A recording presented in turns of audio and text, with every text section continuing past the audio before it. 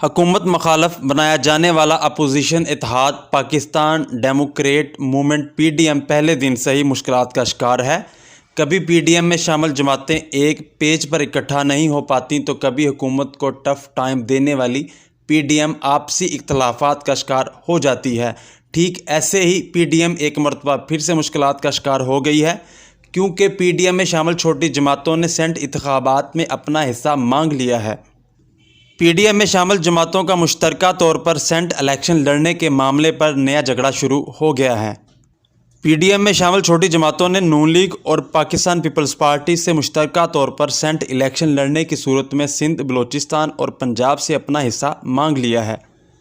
مشترکہ plate form پر election لڑنا ہے تو پی ڈی ایم میں شامل تمام جماعتوں کو برابری کی سطح پر حصہ دیا جائے۔ اگر ہمارے چند ووٹوں سے کوئی سینٹر بن سکتا ہے تو ووٹ نہ دینے کی صورت میں وہ ہار بھی سکتا ہے۔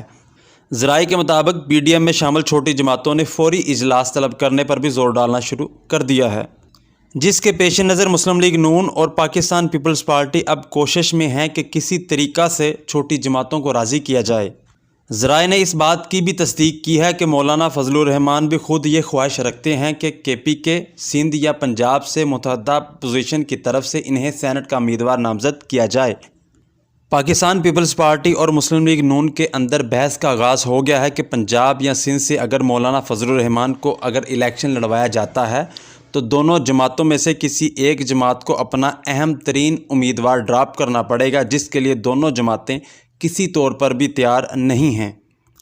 تاہم ایسا صاف ظاہر ہے کہ سینٹ الیکشن کے بعد سیٹ ایڈجسٹمنٹ اور وعدہ خلافی پر پی ڈی ایم واضح طور پر تقسیم ہو جائے گی۔